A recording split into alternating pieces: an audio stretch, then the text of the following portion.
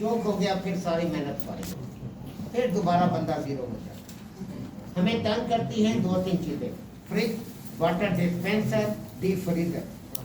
ये तीन चीजें हद से ज्यादा तंग करते हैं। हल्की सी गलती आपने की, यूनिट की सारी गैस बर्बाद, यूनिट आपका चौक हो जाता है।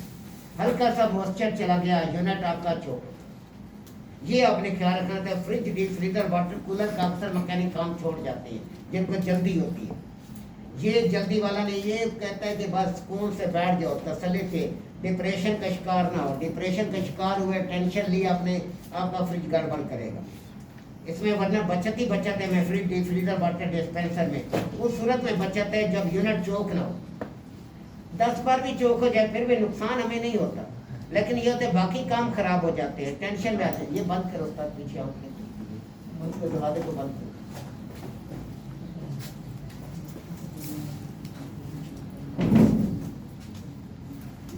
इस वजह से हमने पेंट कराए हैं यहाँ। आए सर आज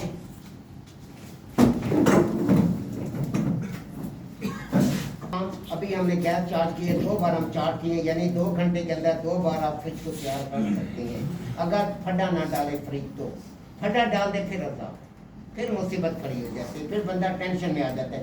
टेंशन नहीं लेनी, फ्रिज को एक साइड पे रख दो सुकून से, बाकी काम करो। जब सुकून हो जाए, रिलैक्स हो जाए, फिर फ्रिज का काम करें।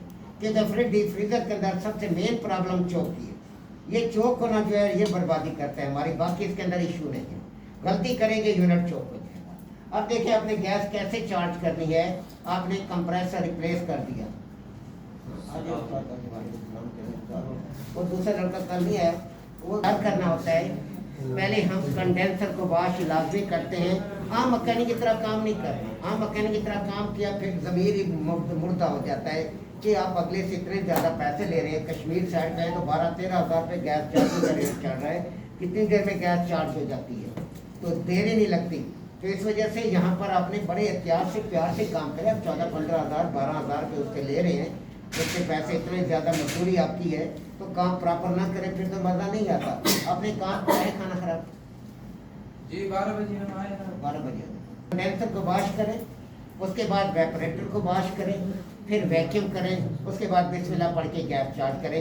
आधे घंटे के अंदर, आधा घंटा में आपका फ्रिज तैयार हो जाता है। अगर उसने कोई रफड़ा नहीं खड़ा किया तो, रफड़ा खड़ा किया तो फिर एक मसला है, वरना आधा घंटा मैक्सिमम लगता है, आपका फ्रिज तैयार हो जाता है। अब देखिए अपने कंप्रेसर, आप हमारा काम शुरू होता, कंप्रेसर खराब था, हमने कंप्रेसर को रिप्लेस किया। नहीं नजर आ रहा, क्या करें, टाइम भी बर्बाद नहीं कर सकते, हमारे पास एक ही दिन कीमती होता है। अब नजर आ रहा हूँ।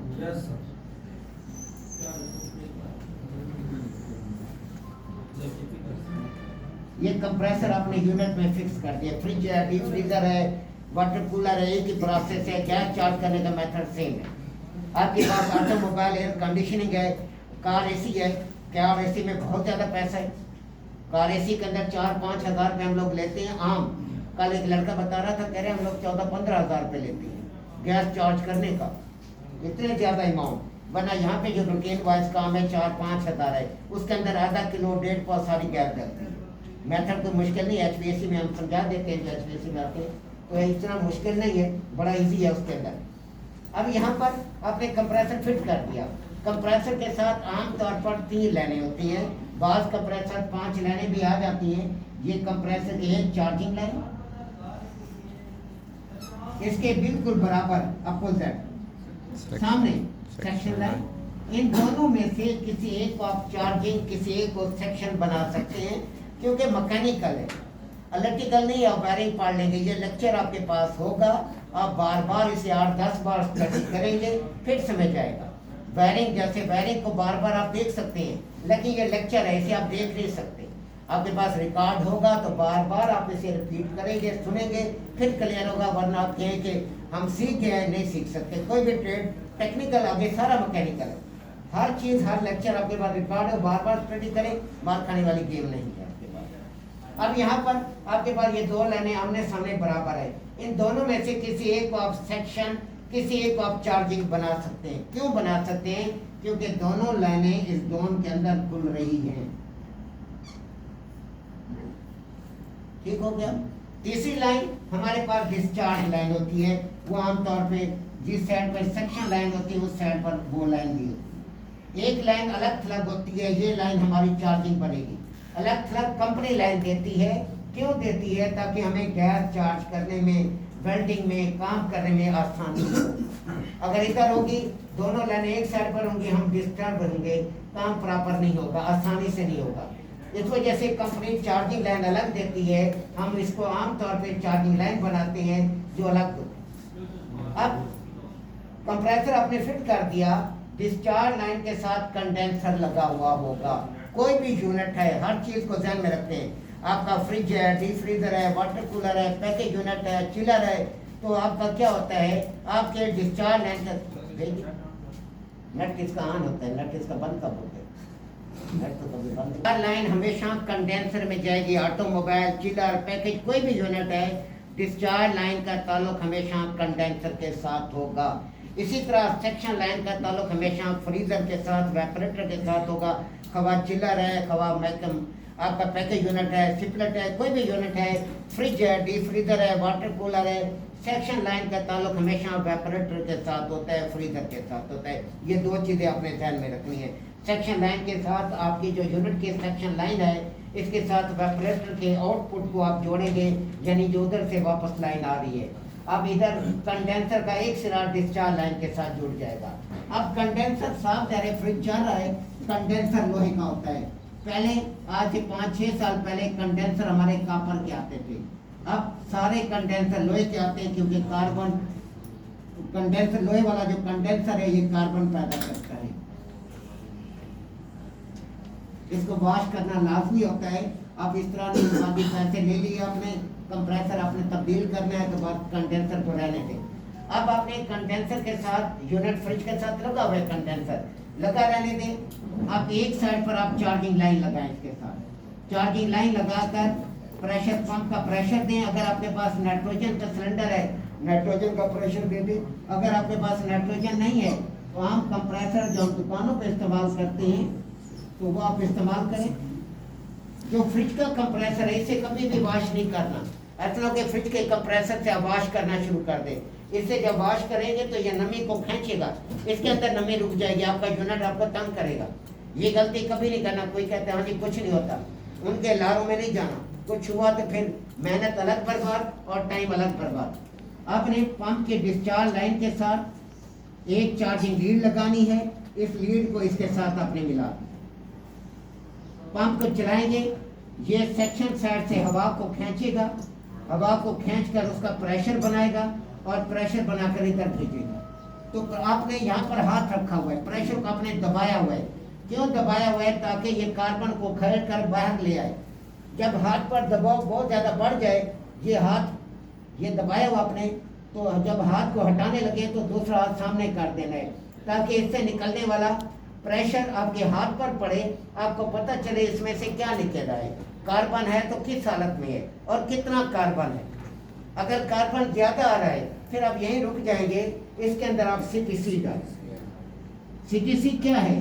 कार्बन टेट्रा क्लोरा केमिकल है, जो डिस्केलर है, कार्बन को साफ करने के लिए इस्तेमाल किया जाता है। कार्बन टेट्रा क्लोरा, अब वो इस्तेमाल करेंगे, 3-4 बार वॉश करेंगे, टेट्रा क्लोरा बाहर नहीं आएगा, क्योंकि अंदर कार्बन है, उसमें जज़ब होता जाएगा। जब ज़्यादा मिकदार में डालेंगे, कार्बन साफ होती जाएगी और एक वक्त ऐसा आएगा टेट्रा क्लोरा जो है, वो जो लिक्विड है वो बाहर आएगा, साथ कार्बन भी उखाड़ कर साथ ले आएगा। इस तरह से उस टाइम तक वॉश करते रहना है जब तक आपकी CTC जो है साफ पानी की तरह होती है, ये उसी तरह साफ वापस आना शुरू हो जाए, समझे कि कंडेंसर बिल्कुल क्लियर हो गया।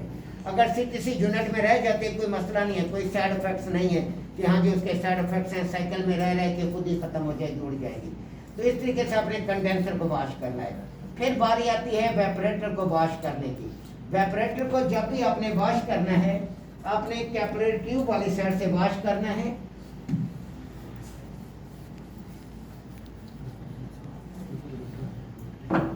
उसके बाद वेपरेटर को वॉश करने की बात, वेपरेटर के अंदर कार्बन नहीं होता। वेपरेटर के अंदर क्योंकि ये कॉपर या एल्युमिनियम का बना होता है, ये कार्बन नहीं पैदा करते। आपका कंडेंसर लोहे का बना होता है, इस वजह से वो कार्बन पैदा करता है। तो अब जब आपने वेपरेटर को वॉश करना है तो इस वजह से वॉश करने, इसके अंदर अगर कोई तेल वगैरह है तो तेल इसमें से निकल जाए, क्योंकि अगर यूनिट में तेल होगा तो आपका यूनिट प्रॉपर काम नहीं करेगा। तेल इंसुलेशन का काम करता है, उसमें से रेफ्रिजरेंट हरारत को, गर्मी को जज़ब नहीं कर सकती। इस वजह से हम क्या करते हैं, वेपरेटर को हम वॉश करते हैं ताकि यूनिट प्रॉपर कूलिंग करे। जब आपके फ्रिज के अंदर तेल होता है तो एक चीज़ के सामने आपको निशानी पता चलती है, उस जगह पर भुरभुरी आइस होती है, जैसे रुई रुई सी होती है वैसे आपको बर्फ नजर आएगी। तो समझ जाए यहाँ पर उसका तेल है, यहाँ पर रेफ्रिजरेंट प्रॉपर हरारत को जज़ब नहीं कर रही। जहाँ पर प्रॉपर कूलिंग होगी, तेल नहीं होगी, हाथ गीले करके ऐसे लगाएंगे आप, वो जगह आपके हाथ को पकड़ेगी, इतनी कूलिंग होती है। जहाँ पर तेल होगा वहाँ पर ऐसे लगाएंगे, हाथ ग्रिप नहीं करेगा, समझे यहाँ तेल है। तो ये वादे निशानी है, जहाँ भी तेल होगा रुई वाली आइस आ जाएगी, समझ जाए कि उस्ताद यहाँ पर तेल है, यूनिट प्रॉपर वॉश नहीं हुआ। तो आपने इसे क्या करना है, प्रॉपर वॉश करना है। वॉश जब भी आपने करना है, आप कैपिलरी ट्यूब वाली साइड से वॉश करेंगे, आप सेक्शन साइड से वॉश नहीं करना। ये इंस्ट्रक्शंस होती हैं जो आपने जहन में रखनी होती है। अगर आपने खुदा न खास्ता सेक्शन साइड से वॉश किया, कई ऐसे हमारे शहजादे कर रहे होते मैकेनिक काम, इससे इधर से भी उस्ताद ने ऐसे काम किया, उसके नसीब अच्छे होते हैं, वरना जिस टाइम बुराई आ गई तो अंदर कोई कचरा या कार्बन इसके अंदर आके फंस गई, आपकी कैपिलरी ब्लॉक। अब मौजा करो, कैपिलरी खुलेगी नहीं। अगर कार्बन हो तो निकल जाए, लेकिन वो तो कोई कचरा आके फंस गया, कैपिलरी ब्लॉक हो गई है। अब जितना प्रेशर मारेंगे नहीं निकलता, आपको कैपिलरी नई डालनी पड़ती है। अगले का आपने फ्रिज बर्बाद कर दिया अपनी नालायकी की वजह से, अपने टेक्निकल माइंड ना होने की वजह से। आपने जब इधर से वॉश करेंगे तो कचरा कोई भी चीज़ होगी वो मोटी लाइन से वापस आ जाए, आपके लिए कोई परेशानी नहीं, कोई मसला ही नहीं। इस वजह से जो समझदार है, सारा इंजीनियरिंग चलती है, हम तो बाजारी मेथड पे नहीं जा सकते, हमने इंजीनियरिंग को फॉलो करना होता है कि क्या है क्या नहीं है, क्योंकि मुख्तलिफ कंपनी में अपने काम करना होता है। फिर वहाँ ये सवाल होता है कहाँ से काम सीख कर रहे हैं, आपको ये भी पता नहीं आप किस साइड से वॉश कर रहे हैं।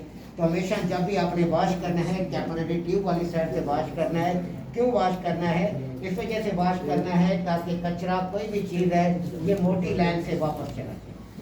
अब आपने क्या करना है, एक चार्जिंग लाइन बनानी है कापर की, जिससे हम गैस को चार्ज करते हैं, वैसे चार्जिंग लाइन बनानी है। आपने चार्जिंग लाइन बनाकर आपने इस कैपिलरी वाली ट्यूब के साथ आपने इसको वेल्ड कर टाका आपने लगा दिया।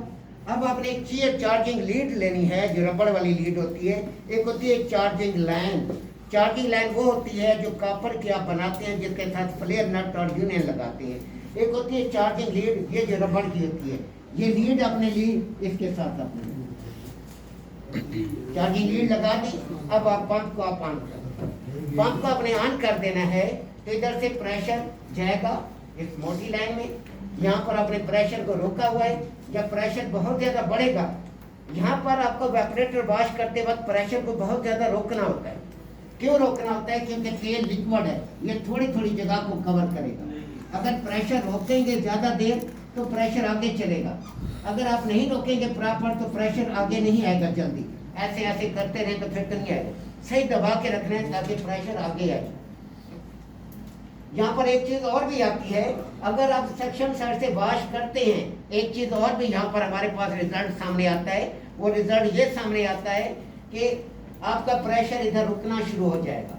क्यों, क्योंकि आगे कैपिलरी बारीक ट्यूब है, इससे प्रेशर थोड़ा थोड़ा निकलेगा, जब तक प्रेशर नहीं निकलेगा। ऐसी सूरत के अंदर आपका वेपरेटर ब्लास्ट हो सकता है, वेपरेटर फट जाता है। चलो अब मौजा करो। या प्रेशर रुकने की वजह से अगर अच्छा है, पुराना फ्रिज है, वेपरेटर मजबूत होगा तो वेपरेटर इकट्ठा होना शुरू हो जाएगा। जब आप दरवाज़ा खोलेंगे तो अंदर नमूना नजर आएगा कि वो फ्रिज ही नहीं होगा। तीसरी चौथी चीज़ यहाँ पर कि आपने इसको बेहतरीन रास्ता ये होता है ऑयल निकालने का, आप इसे हल्की हल्की टार्च मारें, वेपरेटर के ऊपर टार्च मारें, कहीं तेल जमा हुआ है या गाढ़ा हुआ है ठंड की वजह से, जब हीट देंगे आप उसे वो बिल्कुल पतला हो जाएगा। तो जैसे इधर से प्रेशर आएगा, तेल आपका फौरन बाहर निकल जाएगा। अगर आपका वेपरेटर इंटरनल है, अंदर है, बॉडी के अंदर है, तो ऐसी सूरत के अंदर क्या करें, फिर टार्च नहीं मार देनी। ऐसा हो कि बॉडी मेल्ट करके बैठे हुए हों, अक्ल तो बहुत होती है ना।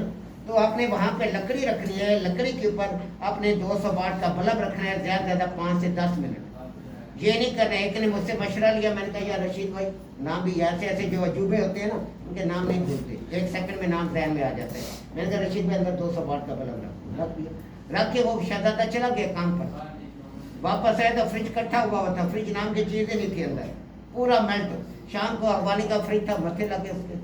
मुझे कहा कि यार असल भाई वो तो आपने कहा था। मैंने कहा मैंने कितने देर के लिए कहा था? मैंने कहा था 5-10 मिनट। कहते मैं तो रख के चला गया।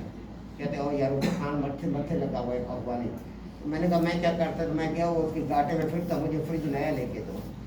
तो साफ ज़ाहिर उसका फ्रिज ही बर्बाद कर दी, उसकी सारी प्लास्टिक की बॉडी मेल्ट होगी।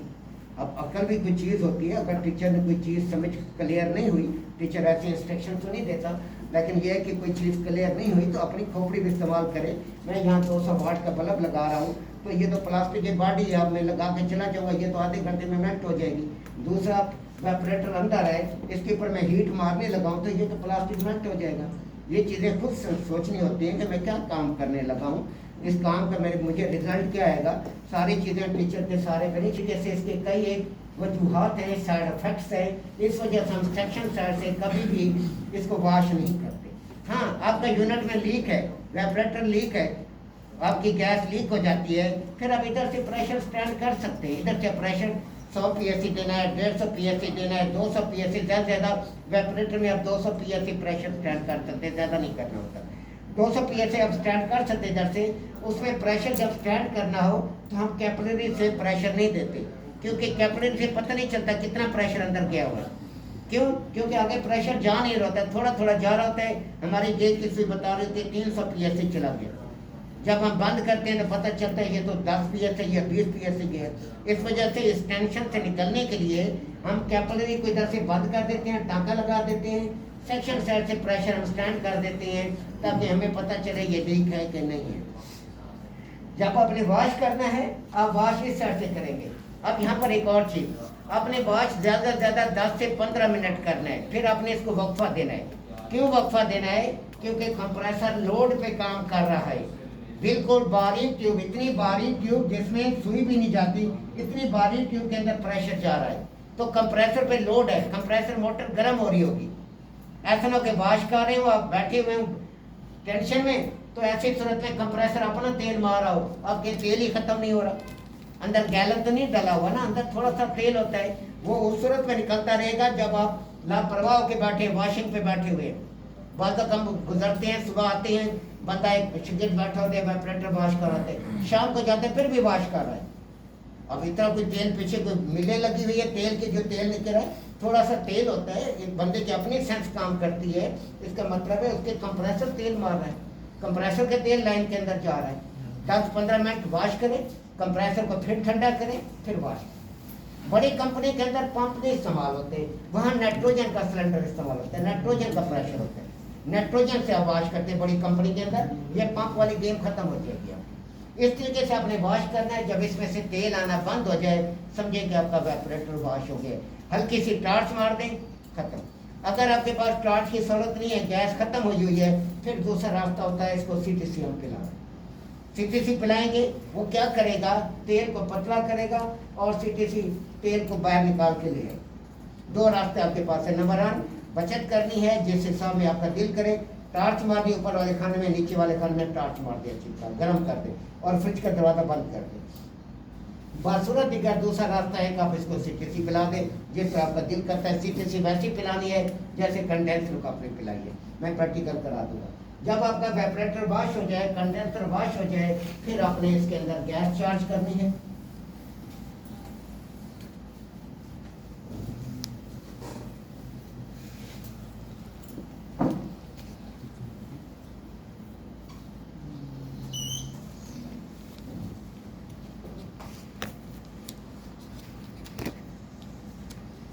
ये फ्रिज का काम किया तो बस कोर्स भी गया। अगले हफ्ते इंशाल्लाह तवक्को तो बहुत है, कोर्स खत्म हो जाएगा, क्योंकि आगे छोटे छोटे प्रैक्टिकल हैं। विंडो में गैस चार्ज करना बिल्कुल 10-15 मिनट की गेम है। सीपरेट में गैस चार्ज करना ऐसे है। फिर आपसे हम कराते हैं पाइपिंग, जो मेन जहाँ पे इशू होता है, फ्लेयर नट चढ़ाना, जहाँ पे मेजर मिस्टेक, यहाँ काम कोई नहीं है, लेकिन ये काम ऐसा है कि पूरा यूनिट मत्थे लग जाता है, हल्की सी गलती कर गए तो कुछ ऐसी चीज़ें होती हैं जिसके रिस्पॉन्स बड़े खतरनाक मिलते हैं। यहाँ पर हम ड्रायर लगाते हैं। ड्रायर इस वजह से लगाते हैं, ये नमी को जज़ब करता है। इसके अंदर सिलिका जेल केमिकल होता है जो नमी को आगे नहीं जाने देता। आगे हमारे पास कैपिलरी ट्यूब, ये रेफ्रिजरेंट कंट्रोल है, ये रेफ्रिजरेंट वेपरेटर में स्प्रे करता है। ये आगे मैकेनिकल आ रहा है तो उसमें ये क्लियर होगा।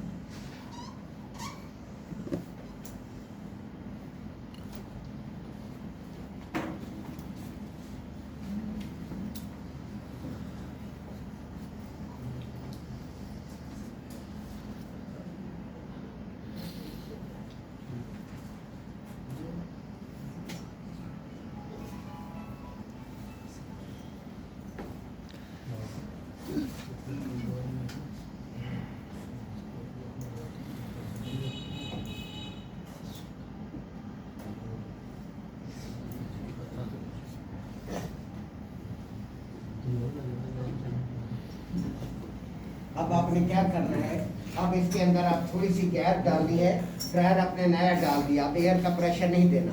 अब एयर का प्रेशर देने का मतलब होता है ड्रायर को ख़राब करना। तो क्योंकि हवा में मॉइस्चर होता है, मॉइस्चर ड्रायर में चला गया तो इसके काम करने की एफिशिएंसी ज़ीरो हो जाएगी। आपने इस वजह से क्या करना है, आपने इसके अंदर गैस का थोड़ा सा प्रेशर दे दें, या 22 दे दें, या 134 दे दें, ताकि एक टांका आपने ये लगाया, 2 टांके, 3 टांके, 4 टांके आपने लगाए हैं। यहाँ पर झाग लगाकर आप जोड़ चेक करें, कोई जोड़ आपका लीक तो नहीं है। जो जोड़ लीक होगा वहाँ पर बबल नजर आ जाएंगे। उसके बाद आपने गेज लेनी है, सिंगल गेज ले लें आप, लो प्रेशर गेज, या आप गेज मैनिफोल्ड ले लें, डबल गेज ले लें, जो भी आपके पास मौजूद है उससे आप काम करें। यहाँ पर जो गैस चार्ज करेंगे आप लो प्रेशर गेज से गैस चार्ज करेंगे, इसको हम कंपाउंड गेज भी कहते हैं।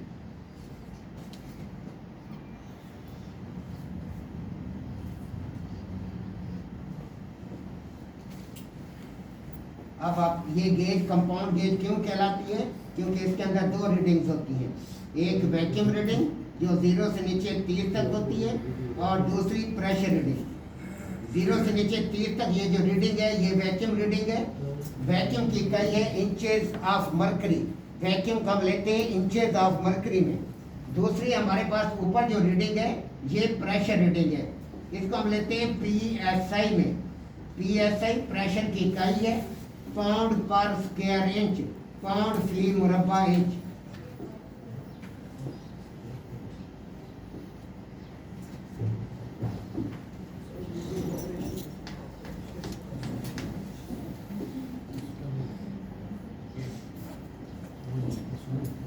ये लो प्रेशर गेज 250 PSI तक होती है। अब गेज लगाने का तरीकेकार, जो भी गेज इस्तेमाल करें उसके नीचे वाले पोर्ट का तलब अगर हाई प्रेशर गेज है तो हाई साइड पोर्ट कहलाएगी, पेव और रेटे। अगर लो प्रेशर गेज है तो लो साइड पोर्ट कहलाएगी। एक लीड के जरिए आपने इसको चार्जिंग लाइन के साथ मिला देना है, यानी जो गेज आप इस्तेमाल कर रहे हैं उसके नीचे वाले पोर्ट का ताल्लुक मतलूबा यूनिट के साथ होगा। अब ये साइड पोर्ट हमारे पास चला जाएगा गैस सिलेंडर के साथ। थोड़ा सा हमने प्रेशर देना है 10 PSI 20 PSI, तो आपने झाग लगाकर जोड़ चेक कर लेंगे। उसके बाद अगला जो प्रोसेस है वो है वैक्यूम करना। वैक्यूम 2 तरह के होते हैं, एक होता है मैकेनिकल वैक्यूम और दूसरा होता है सेल्फ वैक्यूम। मैकेनिकल वैक्यूम दुकान पर आमतौर पे हम मैकेनिकल वैक्यूम करते हैं। अगर वैक्यूम पंप खराब हो गया ऐसी सूरत में हम सेल्फ वैक्यूम करते हैं। लेकिन जब होम सर्विस करने के लिए जाते हैं हम घरों के अंदर, तो वहाँ पर हम मैकेनिकल वैक्यूम नहीं करते, वैक्यूम पंप उठा के नहीं लेके जाते, वहाँ पर हम सेल्फ वैक्यूम करते हैं। सेल्फ वैक्यूम कैसे करते हैं वो भी आपको समझा देता हूँ। पहले सेल्फ वैक्यूम समझ लें। आपने गेज लगा दी, इसके बाद क्या करना है, आपने नया ड्रायर लगा दिया। नया ड्रायर जब आप लगाएंगे तो जब आप कैपिलरी का टांका पहले लगाते हैं तो ड्रायर गर्म हो जाता है। इसके ऊपर प्लास्टिक का कैप होता है, इसके ऊपर चढ़ा होता है, वो गर्म हो जाता है। ड्रायर गर्म होता है, ये भी गर्म हो जाता है। प्लास्टिक को हम यहाँ पर हाथ से रगड़ देते हैं ताकि ये बिल्कुल चिपक जाए। जब ये गर्म होता है पूरा चिपक जाता है। उसके बाद इस कंप्रेसर को हम चला देते हैं। कंप्रेसर को चला देना है सेल्फ वैक्यूम का तरीकेकार है। गेज का वाल्व बंद रखेंगे, कंप्रेसर चला देंगे, गेज का वाल्व बंद करेंगे। ये हमारी सेक्शन लाइन है, इधर से ये सक करेगा हवा को, जो अंदर हवा मौजूद है उसे सक करेगा, क्योंकि ये जगह बंद होगी है। इधर से हवा को सक करेगा, सक करने के बाद कंप्रेशर डिस्चार्ज लाइन से प्रेशर बनाएगा, प्रेशर को बनाकर कंडेंसर के आउटपुट से खारिज कर देगा। जब हमारे लो साइड हिस्से के अंदर वैक्यूम मुकम्मल हो जाएगा तो वैक्यूम पॉइंट आ जाएगा कि यूनिट के अंदर हवा मुकम्मल तौर पे खत्म हो गई है। 29.92 inches of mercury vacuum point आ जाएगा। वो ये बताएगा कि उस्ताद के लो साइड हिस्से के अंदर वैक्यूम क्लियर हो। अब आपने हाई साइड हिस्से के अंदर वैक्यूम करना है। हाई साइड हिस्से में कैसे वैक्यूम करना है, बड़े इजी प्रैक्टिकल है, 5-5 मिनट के सारे प्रैक्टिकल होते हैं, लेकिन काम का कंसेप्ट क्लियर हो, मैंने काम करना कैसे है उस सूरत में होगा जब आप बार बार वीडियो को देखेंगे तो आपको ये क्लियर हो जाएगा। फिर इसको याद भी रखना होता है। अब आपने कंडेंसर साइड पे वैक्यूम करना है। अब आपने कंडेंसर साइड पे कैसे वैक्यूम करना है, इसके लिए आपने क्या तरीकेकार इख्तियार करना है। अब आपने गैस का सिलेंडर लेना है। हम लेते हैं आमतौर पे R22 का सिलेंडर, इस टाइम 22 हो या 12 हो या 34 हो, जो भी हो आप ले लें। लेकिन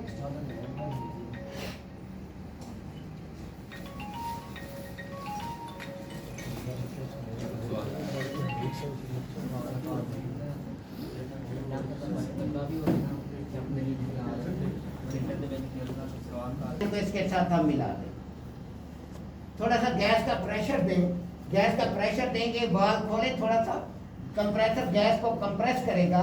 इस गैस के प्रेशर से जो सिस्टम में हवा होगी वो इधर से खारिज हो जाएगी, क्योंकि हवा आगे होगी, गैस का प्रेशर पीछे होगा।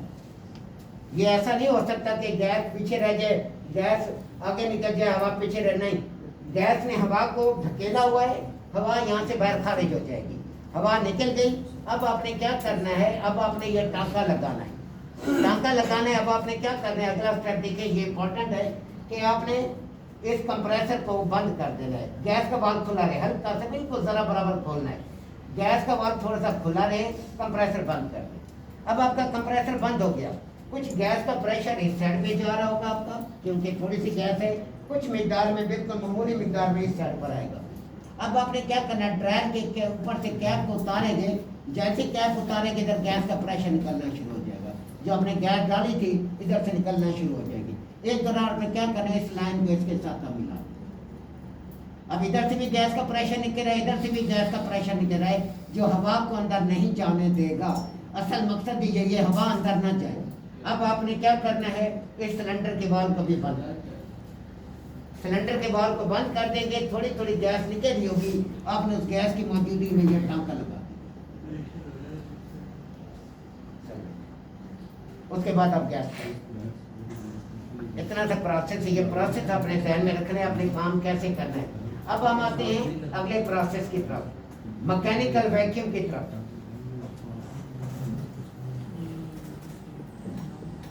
ये मैं लिखा भी दूंगा।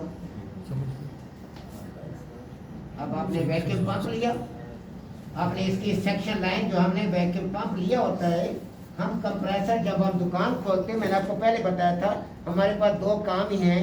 एक नंबर 1 दुकान खोले, सबसे बेस्ट काम। दूसरा रास्ता है बाहर क्या, नौकरी नहीं करनी होती। अगर टने क्या करना है, इसके साथ साइड लाइन आपने लगा दी। आप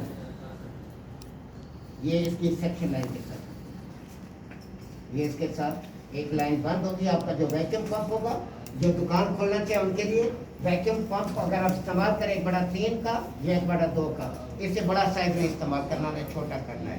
क्यों, जब आप वॉश करने लगते हैं ये तेल मारना शुरू हो जाते हैं छोटे साइज। तो एसी का कंप्रेसर कभी नहीं इस्तेमाल कर देना है। कि एसी का कंप्रेसर इस्तेमाल करके बैठे हो, एसी का कंप्रेसर चलता है रिटर्न पर, ठंडी गैस पर, वो ब्लास्ट मारेगा किसी भी टाइम। एक बड़ा 2 एक बड़ा 3 का कंप्रेसर, बस। इसे छोटे साइज में नहीं जाए। इसे छोटे साइज में जब प्रेशर बनता है तो वो तेल मारना शुरू करते, तो हमें तंग करते हैं, खासतौर पर वेपरेटर को वॉश करते वक्त। तो इस वजह से एक बड़ा 2 एक बड़ा 3 में से कोई भी कंप्रेसर आपको मिल जाए। अब आपने वैक्यूम पंप को आपने ऑन कर दिया, ऑन किया, ये क्या करेगा, सेक्शन साइड से हवा को फेंकेगा सिस्टम में से, और इसको डिस्चार्ज लाइन से बाहर फेंकना शुरू कर देगा। जब इस सिस्टम में से मुकम्मल हवा खारिज हो जाएगी तो हमारी गेंद की सुई 29.92 इंचेस ऑफ मर्करी पर आ जाएगी। इसका मतलब ये होता है यूनिट के अंदर वैक्यूम मुकम्मल हो गया। वैक्यूम कर दिया, वैक्यूम हो गया। अब वैक्यूम के दौरान 2-3 पोजीशनें आती हैं, हमारी गेजें अक्सर खराब हो जाती हैं। हमारी गेजें अक्सर ख़राब हो जाती हैं, गेज की सुई वैक्यूम पर आ नहीं रही होती। अब यहाँ पर एक चीज़ और भी होती है, आपने बड़ी फील्ड में जाना होता है, खासतौर पर असल स्कोप मैंने आपको कल भी शायद बताया था, सारी डिमांड इस टाइम HVAC के अंदर है। हमारे पास लड़के काम कर रहे हैं, वो बता रहे थे कि सर कि इस टाइम जो चिलर लग रहे हैं, नए फ्लैट बन रहे हैं, यूई गवर्नमेंट ने बैन कर दिया सेपरेट विंडो के सेंट्रल AC। जो भी फ्लैट बनेंगे, जो भी प्लाजे बनेंगे, सेंट्रल AC होंगे, सेपरेट विंडो नहीं लगेगा। पता नहीं क्यों ऐसा उन्होंने कर दिया, क्योंकि वहाँ सेपरेट लगाना भी तो अदाब होता है ना, सेपरेट लगते ही नहीं, सेंट्रल AC में घुस गए। तो इस वजह से कोशिश ये करें अपने आप को गुस्साई हालात के मुताबिक चेंज करना होता है। आप बैठे रहेंगे आगे ये है वो है, 12-13 हज़ार को देखेंगे, 12-13 हज़ार कोई चीज़ नहीं है, लाखों में आगे सैलरी होती है। तो कोशिश करें कि आगे अगली फील्ड के अंदर घुसे, क्योंकि इसके अंदर यहीं घुसे रहे तो फिर आगे आप परेशानी आपके लिए हमारे लिए नहीं होती। अब इस तरीके से जब आपने वैक्यूम कर लिया है, बाद का सुई 10 पे आके रुक जाती है, 20 पे रुक गई है, तो आप कहेंगे सारे का वैक्यूम पार्ट तो 29.92 है। अब वो तो है अपनी जगह पर, लेकिन हमारे गेज सही नहीं है। तो आपने क्या करना होता है, आपने हम इसको फॉलो करते हैं, डिस्चार्ज प्रेशर को। अगर इधर से एयर आना बंद हो गई है, इसका मतलब है वैक्यूम हो गया। सुई 10 पे क्यों नहीं रुक गई, सुई 20 पर क्यों नहीं रुक गई, तो हमने इधर देखना होता है। बहुत का ऐसा होता है सुई 29.92 पर गई होती है, लेकिन इधर से एयर आ रही होती है, इसका मतलब वैक्यूम नहीं हुआ। लेकिन फिर हम सोचते हैं सुई 29.92 पर जाने का मतलब ये है कि सिस्टम से हवा खारिज हो गई है, लेकिन ये क्यों इधर से एयर आ रही है। फिर इसके लिए आप क्या करेंगे, कन्फर्म करेंगे। आप गेज का वाल्व बंद कर दें, गेज का वाल्व बंद कर दिया, अब आप देखेंगे एयर आ रही है कि नहीं आ रही। अगर एयर आना बंद हो गई है, इसका मतलब होता है ये एयर यूनिट में से आ रहे, कहीं लीकेज है। इतनी देर एयर क्यों इतनी देर से आ रही है, क्योंकि महदूद एरिया है, इसमें से एयर खत्म हो जानी चाहिए। दूसरा मसला, अगर वाल्व बंद करने से एयर खत्म हो गई है, तो इसका मतलब यूनिट में कहीं, अगर यूनिट का वाल्व बंद कर देने से, गेज का वाल्व बंद कर देने से एयर आ रही है, इसका मतलब उस्ताद ये कहीं हमारी लीड लीक है या वैक्यूम पंप कैसे हवा ले रहा है, वैक्यूम हो।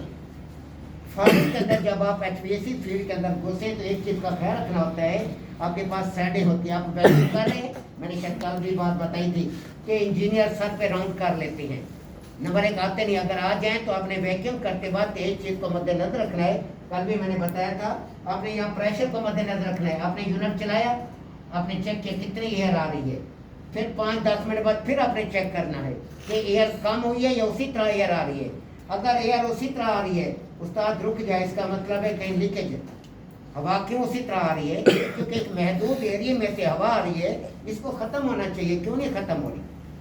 आप ऐसा ना होकर बैठ जाएं और इंजीनियर है आपको बेइज्जत करे, भाई ये क्या है, अपने वैक्यूम पंप लगा के बैठ गए, ये तो हवा उसी तरह आ रही, इतना प्रेशर थे, वो तो फौरन जजमेंट देगा, आपसे पूछेगा कितनी देर हो गई, आप कहते इतना टाइम हो गया, वो तो नहीं छोड़ेगा आपको। तो इस वजह से आपने ये नोट करना है, जब आप वैक्यूम कर रहे हैं 5-4 मिनट के बाद यहाँ पर प्रेशर खत्म हो जाना चाहिए, कम हो जाना चाहिए। कम हो रहा है इसका मतलब है वैक्यूम हो रहा है, अगर कम नहीं हुआ इसका मतलब है कहीं लीकेज है, यूनिट उधर से हवा खींच रहा है और इधर से खारिज कर रहा है। ये चीज़ें होती हैं जो सेफ्टी होती हैं। वैक्यूम मुकम्मल हो गया, अब आपने वैक्यूम को स्टैंड कर देना है कम अज़ कम 10-15 मिनट, अंदर हवा नहीं है, यूनिट खाली है। अब आपको ये भी पता होना चाहिए एज ए इंजीनियर टेक्नीशियन कि हवा का प्रेशर ज़्यादा से कम दबाव की तरफ जाता है। किसी जगह लीकेज होगी, बाल बराबर लीकेज होगी, तो आपका वैक्यूम टूट जाएगा, हवा अंदर दाखिल हो जाएगी लाइन के अंदर, तो गेज की सुई 29.92 या 20 पे रुकी हुई थी या 10 पर रुकी थी, ऊपर चली जाएगी। क्यों ऊपर चली जाएगी, वो प्रेशर को ज़ाहिर करेगी जो एयर का प्रेशर अंदर आके। ये आपने ख्याल रखना है कि सुई जहाँ भी रुकी हुई है, आपने 10-15 मिनट इसको होल्ड कराना है। इस वजह से होल्ड कराना है कहीं लीकेज तो नहीं है, ऐसा ना हो कि गैस चार्ज कर दें, गैस भी बर्बाद और बेइज्जत भी हो बाद में, कस्टमर तो नहीं छोड़ेगा, वो कहेगा कैसे तैयार किए, इतने पैसे लिए, अच्छी खासी बेइज्जती हो जाती है। बंदा ऐसा काम ही ना करे, फिर काम नहीं आता तो काम छोड़ दे, बेइज्जत तो ना हो। कमाया हुनरमंद है, टेक्निकल बंदे हैं, बेइज्जत होने के लिए तो नहीं है। आप लोग क्या वजह है, आपने माइंड को इस्तेमाल नहीं किया, आपका जहन कहीं और था, आप काम करते रहे, जिसकी वजह से जलील होना पड़ रहा है। प्रॉपर देखें, सुई वैक्यूम पर स्टैंड है, इसके बाद अगले प्रोसेस की तरफ आए, गैस चार्ज करने की तरफ। अगर नहीं आई सुई, फिर अब दोबारा आपको प्रेशर देकर लीकेज ट्रेस करनी पड़ेगी, यूनिट ऐसा क्यों कर गया।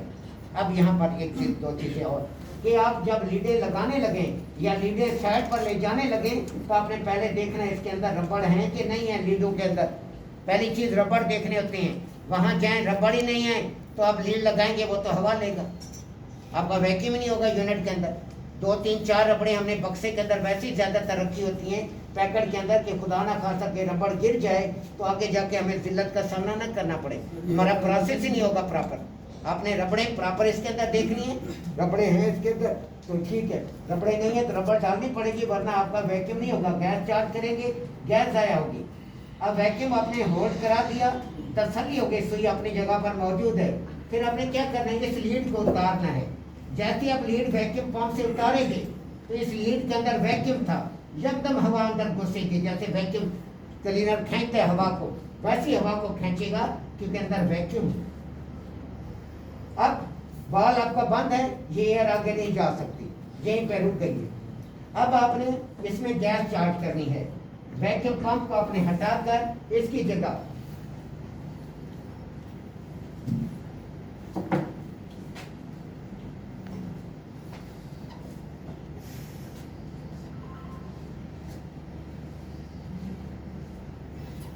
आपने फ्रिज के अंदर गैस चार्ज होती है R134A।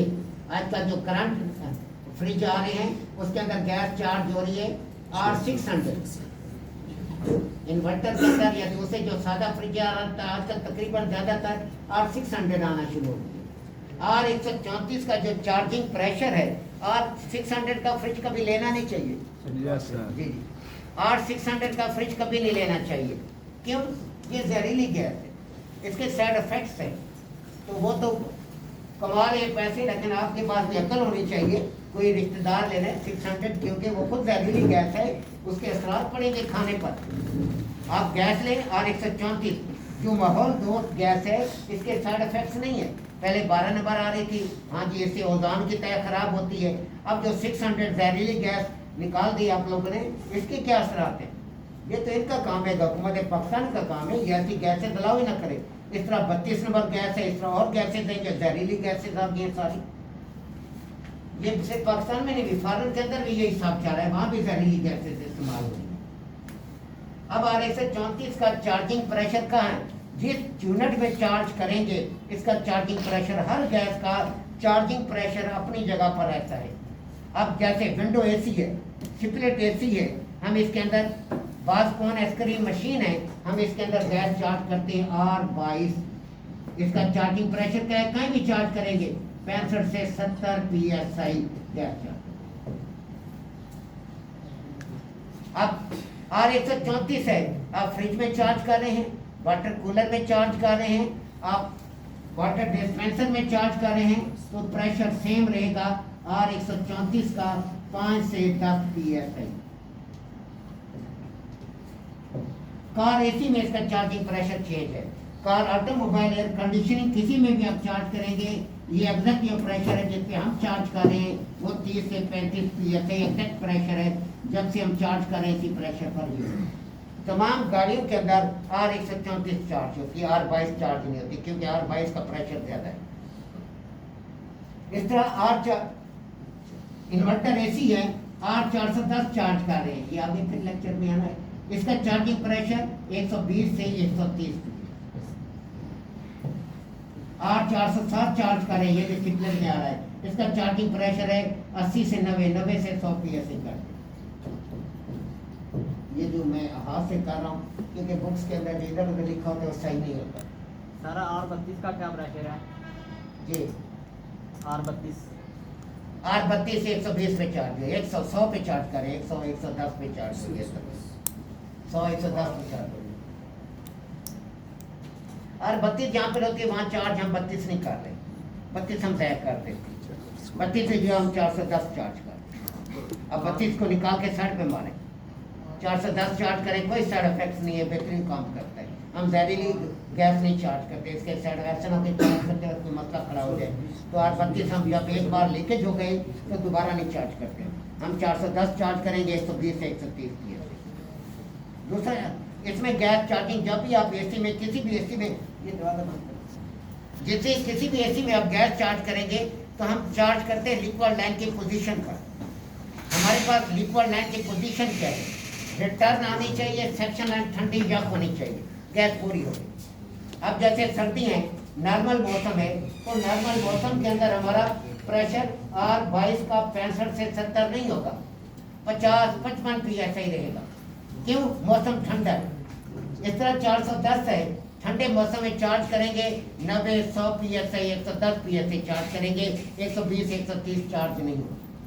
तो एसी के अंदर जब भी गैस चार्ज की जाती है, आपने लिक्विड लाइन की पोजीशन देखनी है। जब भी गैस चार्ज होगी, आपकी जो पतली वाली लाइन है, इस पर आइस खत्म हो जाएगी। अब ये टॉपिक एसी क्या है, सारे इसमें लेक्चर है, फिलहाल इसको हम क्लियर करें। अब R134 गैस चार्ज होती है फ्रिज में, डीप फ्रीजर में, वाटर कूलर के अंदर। R134 गैस चार्ज होती है ऑटोमोबाइल एयर कंडीशनिंग और आपके चिलर, जिसके अंदर स्क्रू टाइप कंप्रेसर लगा हुआ है, उसके अंदर भी R134 चार्ज होती है। ये HVAC ध्यान में रखना, स्क्रू टाइप कंप्रेसर R134 है। अब आपने इसमें गैस कैसे चार्ज करनी है, आपका गैस चार्ज करने का मेथड, तरीकेकार क्या है, किस तरीके से आप गैस चार्ज करेंगे। आपने ये लीड उतारी है, लीड किससे आपने उतारी है, वैक्यूम पंप से। तो इसके अंदर एयर है, पहले अपने एयर को निकालना है। इसके लिए सिलेंडर का वाल्व खोलें, सिलेंडर का वाल्व खोल कर इधर अपने पर्च मार, सिलेंडर का वाल्व खोला, गैस का प्रेशर यहाँ आया, इस लीड को आपने थोड़ा सा ढीला करके एयर को निकाल लें, हल्का सा से चुस्का देंगे, एयर निकल गई। इसके बाद आप गेज का वाल्व खोलें, गेज का वाल्व खोल कर आप 10 PSI 20 PSI गैस डाल दी। इस प्रेशर को कहेंगे स्टैंड प्रेशर। एक एक चीज क्लियर हो, मतलब फिर है तो सवाल करें, धड़क से जवाब हो, लेकिन जवाब आते नहीं है। वजह क्या? तैयारी नहीं है, एहसास नहीं। जिसे एहसास से जिम्मेदारी होता है वो बंदा नहीं मारता। वो खाना खराब की तरह है, खाना खराब नजर सही। आप कमरा तब्दील करो, कमरा आपका सेट नहीं है, पहले वो बीमार था, अब दूसरा बीमार हो गया, कमरा चेंज करो। अब फिर कैसे आपने प्रेशर दे दिया, ये प्रेशर है स्टैंड प्रेशर। स्टैंड प्रेशर से मुराद ये है कि गैस सारी कंप्रेसर में रुकी। अब आपने कंप्रेसर को चलाना है।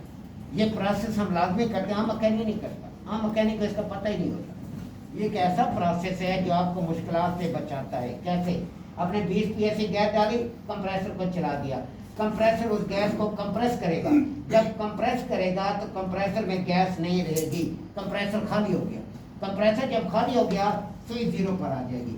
जैसे सुई 0 पर आती है, आप कंप्रेसर को बंद कर दे। ये प्रोसेस एसी में नहीं करते, किसी एसी में नहीं करना।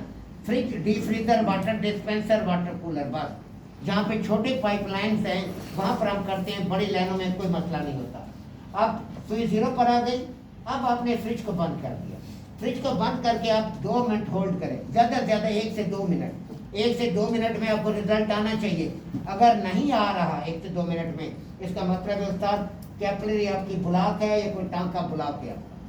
अगर 1-2 मिनट के बाद रिजल्ट आ रहा है, आती है क्या, 1-2 मिनट के बाद आती है, तो इसका मतलब है कि आपकी कैपिलरी प्रॉपर नहीं खुली हुई, कैपिलरी के अंदर कचरा है। ये फ्रिज का कंप्रेसर भट्ठा गोल कर देगी, कंप्रेसर का सत्यानाश करके रख देगी। आप कैपिलरी को वॉश करें या कैपिलरी रिप्लेस करें, वरना कंप्रेसर जाएगा ही जाएगा 100%। कंप्रेसर जाने की वजह क्या होती है? वजह यही कैपिलरी होती है।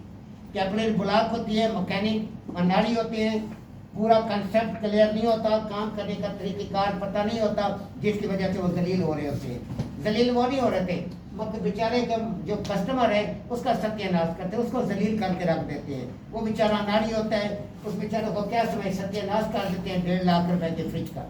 आपका यहाँ पे रिटर्न कैपिलरी से प्रेशर 1 मिनट के अंदर अंदर वापस आना चाहिए।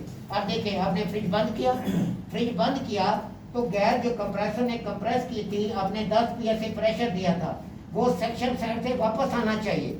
वापस आ रहा है, सुई आपकी दोबारा वापस जाना शुरू कर देगी। क्यों? क्योंकि वापस गैस कंप्रेसर में आना शुरू हो गई। अगर सुई वापस नहीं आ रही, आपने कंप्रेसर बंद किया था जब सुई 0 पर आई थी, तो कंप्रेसर जब खाली हो गया था। अगर सुई यही रुक गई है, इसका मतलब है उस्ताद कुंटल का ब्लॉक है, अब गैस चार्ज नहीं करेंगे। गैस जो गई है 10 PSI, वो किधर चली गई? वो इधर चली गई है कि आपका टांग का रास्ता ब्लॉक है, गैस वापस कंप्रेसर में नहीं आ रही। ये प्रोसेस आपने ख्याल रखना होता है, जो आम मैकेनिक नहीं करते, पता ही नहीं होता उनको ये क्या है। क्या करेंगे? गैस मंडी रखेंगे, कंप्रेसर ट्रबल करेगा, फिर कंप्रेसर को धक्के मारना शुरू कर देते, कंप्रेसर चेंज करेंगे, रिले लगाएंगे, कभी क्या करेंगे कभी क्या करेंगे।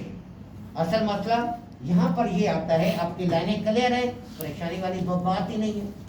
कंप्रेसर को कुछ नहीं होता, आपने काम जैसे मैंने आपको समझाया 1 मिनट 35-40 सेकंड के अंदर सुई ऊपर उठनी चाहिए। अगर नहीं उठ रही इसका मतलब उस्ताद आपकी कैपिलरी प्रॉपर नहीं खुली हुई। ये फ्रिज आपका सत्यानाश करेगा और कस्टमर का भी सत्यानाश करेगा। बेहतर रास्ता ये कि कस्टमर को बताएं सर ये कैपिलरी नहीं डलेगी, या उसको आवाज करके देखें सीटीसी से कि वो क्लियर होती है। ठीक है, क्लियर होने के बाद भी ये मैंने देखा खराब हो जाती है। कंप्रेसर जलना शुरू हो जाते हैं। 1 मिनट कंप्रेसर डाला अच्छी तरह, 1 मिनट 1.5 मिनट 2 मिनट फ्रिज चला, फिर दुकान पे फ्रिज आ गया जी, वो कंप्रेसर जल गया। क्यों जल गया? अच्छा जी, मैकेनिक फिर अनाड़ी कंप्रेसर तब्दील कर रहे। ओ शहजादे पहले मसला तो देख, तेरा मसला क्यों है, कंप्रेसर जल क्यों रहा है, क्या वजह है कंप्रेसर जल रहा है। अगर वहाँ वोल्टेज प्रॉब्लम है उसका भी रास्ता है आपके पास, आप डिले प्लग लगा दें। हर चीज़ को फॉलो करें अच्छी तरह ताकि आप फील्ड में जलील ना हो। स्टेबलाइजर लगा रहे हैं, स्टेबलाइजर कभी भी कंप्रेसर को सेव नहीं कर सकता। मैकेनिक कह रहे थे ये स्टेबलाइजर लगा दें, स्टेबलाइजर क्या करेगा? स्टेबलाइजर 5 से 10 वोल्ट अप या डाउन कर सकते हैं, उन्होंने लिखा होता है 5% प्लस या माइनस, वो पहली कंपनी बता रही होती है। ये नहीं हो सकता आपके पास 140 150 वोल्ट आ रहे हैं 200 कर देगा, 220 करेगा, वो कभी भी नहीं करेगा। वो 5 आपके पास 180 190 आ रहे हैं 200 कर देगा, 205 कर देगा। अगर 250 आ रहे हैं 240 230 कर देगा। ये पॉसिबल नहीं है, इतने वोल्ट अप या डाउन हो रहे हैं वो कर देगा नहीं। इसका रास्ता ये है कि आप फ्रिज स्टेबलाइजर, अगर बिजली कम है साथ आप डिले प्लग लगा दें। डिले प्लग में क्या होता है, आपके पास क्या फायदा है वहां पर, अगर आपके पास वोल्टेज 190 से कम होंगे, स्टेबलाइजर आपका निकाल रहा है वोल्ट, लेकिन जब वोल्ट 190 से कम निकालेगा तो आपका जो डिले प्लग है आगे वोल्ट नहीं भेजेगा, आपको परेशानी नहीं, आगे वोल्ट जाएंगे नहीं, आपका कंप्रेसर चलेगा ही नहीं। इसी तरह 240 से वोल्ट ऊपर हो जाए, स्टेबलाइजर आपका बिलफर्ज आउटपुट ज़्यादा निकालना शुरू हो गया है, उसके ट्रांसफार्मर में कुछ मसला आ गया, लेकिन ये 240 से ऊपर वोल्ट निकालेगा नहीं। आपके 650 से लेकर 1300-1400 का डिले प्लग है तो आपको परेशानी खत्म। आपका फ्रिज में कोई मसला ही नहीं है, बिजली डिम है कुछ भी है, बिजली डिम है स्टेबलाइजर वोल्ट देगा, लेकिन डिले प्लग आगे वोल्ट देगा ही नहीं, क्योंकि स्टेबलाइजर के अंदर कोई ऐसी चीज़ नहीं है जो रोके, जो महदूद करे।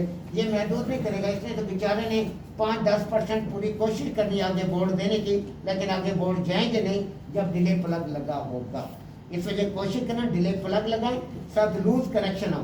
जो भी फ्रिज आप नया छोड़ते हैं, जिसको आप रिपेयर करते हैं, डिले प्लग साथ लगाएं अपनी सेफ्टी के लिए, कस्टमर के नहीं, क्योंकि पता है आपको फ्रिज आपके मत्थे लगना है आकर, तो आप डिले प्लग लगाए अपनी हिफाजत के लिए। पैसे उसने देने, अपने नहीं देने। डिले प्लग लगा देगा आप सेव हो गए, क्योंकि आपको पता है वोल्टेज कम होंगे कंप्रेसर चलेगा नहीं किसी भी सूरत के अंदर। और दूसरा उसके अंदर एक सेफ्टी, बिजली चली जाए उसी टाइम आ जाए, वो ऑन नहीं करता, वो 3-4 मिनट का डिले लेता है। स्टेबलाइजर में अपना डिले होगा, एक डिले इसका हो जाएगा 6-7 मिनट का डिले। अगर 6-7 डिले मिनट में भी कंप्रेसर स्टार्ट नहीं लेता, कंप्रेसर मोटर हीट अप है, आप साथ डिले टाइमर लगा दें, टाइमर मिनट वाला टाइमर लगा दें, जिसमें आप टाइम 10 मिनट सेट कर दें। ये HVAC में हम सिखाते हैं, तो वो वहाँ 10 मिनट का डिले दे दें, अपनी प्रॉब्लम उसके बाद चलेगा तो आराम से चल जाए। ये मैकेनिक अपने हाथ में होता है सारा कुछ, जो कितना शातिर है उसका दिमाग कितना